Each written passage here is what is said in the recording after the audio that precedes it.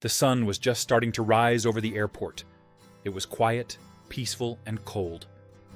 Inside the terminal, Ibrahim Traore waited calmly near Gate 37. He didn't wear a suit.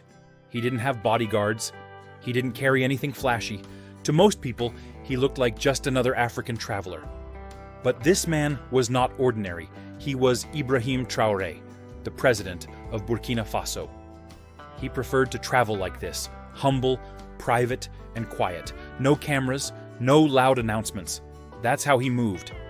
He believed in being with the people, blending in, staying grounded. His return from a diplomatic meeting in Europe was no different. He had finished important talks, discussed matters of gold, sovereignty, and Africa's future. But now, all he wanted was to get home. As he walked toward the Air France flight, bound for Ouagadougou, he greeted one of the airport workers in French with a warm smile. "Bonjour, ça va?" The worker smiled back, unaware of who he truly was. That's how Traoré liked it. He boarded the plane quietly, nodded politely at the flight crew, and took his seat in business class, row 2A, near the window. No one noticed, no one cared, or so he thought. A few rows behind him, whispers were already starting.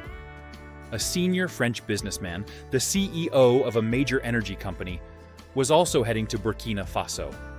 He was used to VIP treatment, red carpets, champagne, and first-class everything. But when he arrived at the gate, the airline told him business class was already full. The CEO wasn't happy. He didn't accept no. That's when the drama began to build. Quietly at first. Just a small demand that would soon become a storm. The French CEO wasn't used to hearing the word non. He stood at the boarding gate, surrounded by assistants and airline staff, tapping his polished shoes impatiently. "Je suis un partenaire stratégique de plusieurs projets en Afrique," he said arrogantly. "I'm a strategic partner in many African projects."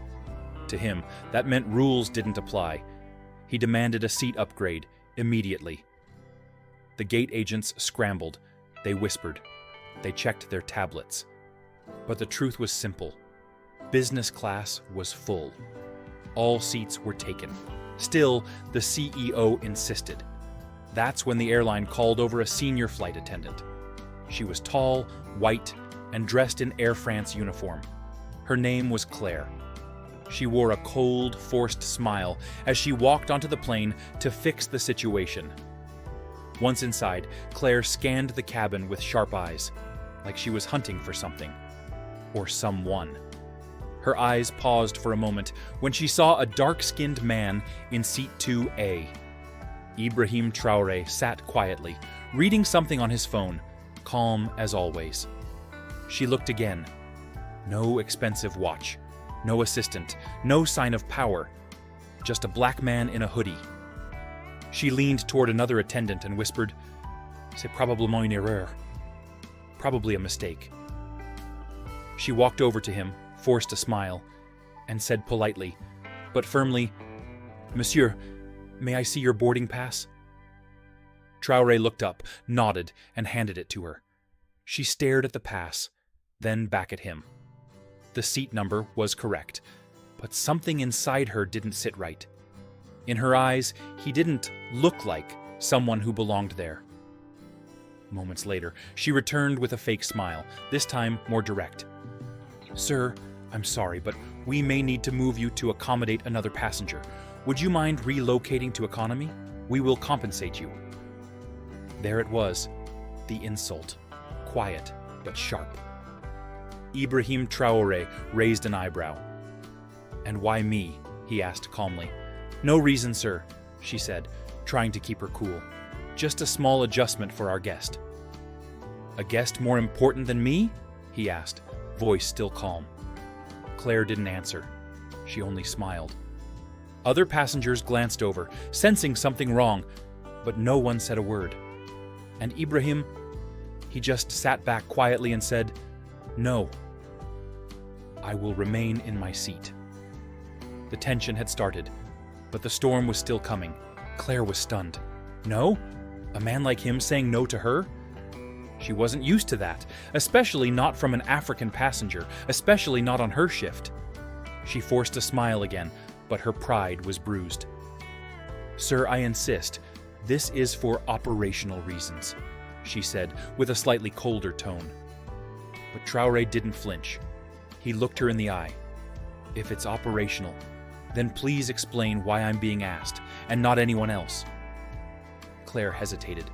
She wasn't prepared for this kind of calm resistance. Around them, a few business-class passengers were now paying full attention. One man lowered his newspaper. A woman stopped typing on her laptop. Something didn't feel right, but no one spoke. No one dared. The CEO still hadn't boarded yet. He was being held at the gate until a seat was arranged. Claire walked quickly to the cockpit, whispered something to the captain, then returned with a decision. She didn't say a word to Traoré this time. Instead, she approached another black man in business class, then another. She was clearly targeting only passengers who looked like they didn't belong. That was her second mistake. Traoré sat silently and watched. His face was expressionless, but his mind was sharp. He was observing, calculating, listening. The humiliation didn't anger him, it focused him. A young African man, maybe in his late 20s, looked confused as Claire now pointed at his seat. "You, sir, we need you to move to economy."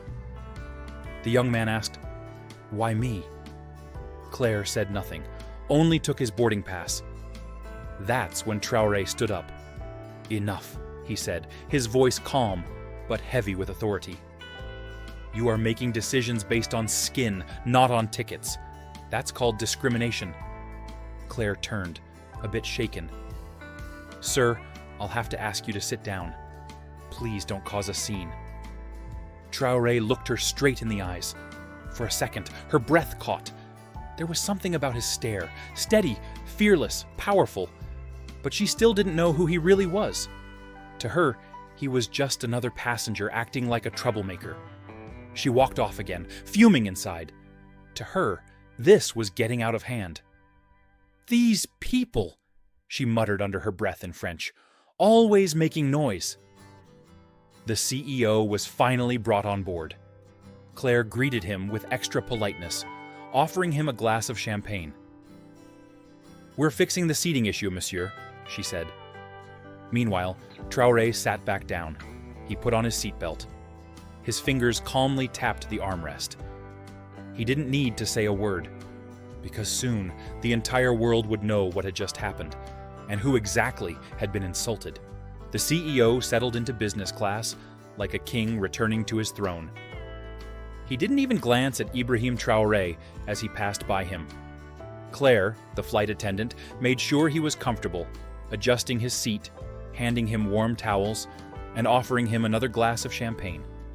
The message was clear. You matter. That man does not. The plane taxied down the runway and soon took off into the sky, leaving behind French soil, but carrying with it a moment that would soon shake two nations. Inside the cabin, everything looked normal. Passengers relaxed. The seatbelt signs turned off. But beneath the surface, something powerful was growing. An invisible storm waiting to burst. Traoré remained calm. He didn't complain. He didn't raise his voice. He didn't call anyone or reveal his identity. He just sat quietly, like a man watching a movie unfold, knowing exactly how it would end. Meanwhile, Claire avoided looking at him. Something about his presence unsettled her, but she pushed it aside. Mid-flight, she returned to his seat with a forced grin. "Would you like anything to drink, sir?" He glanced at her. "Water is fine." She nodded quickly and walked away.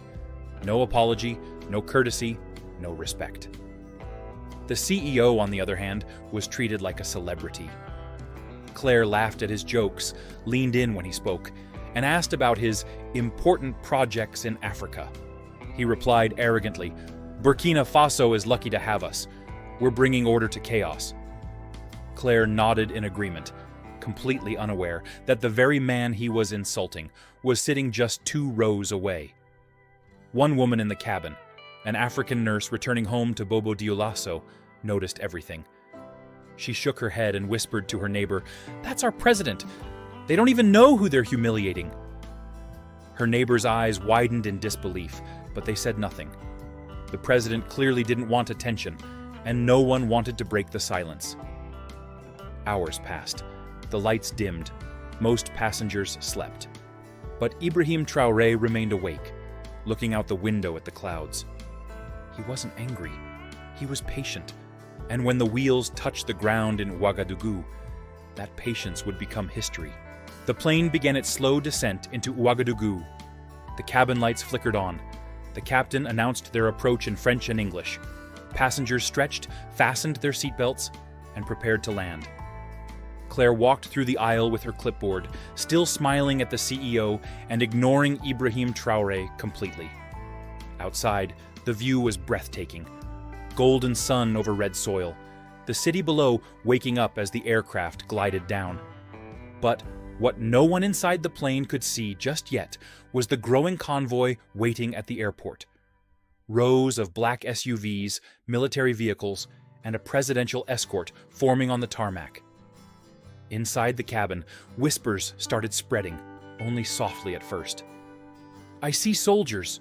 Are we landing into a war zone?" one foreign passenger asked nervously.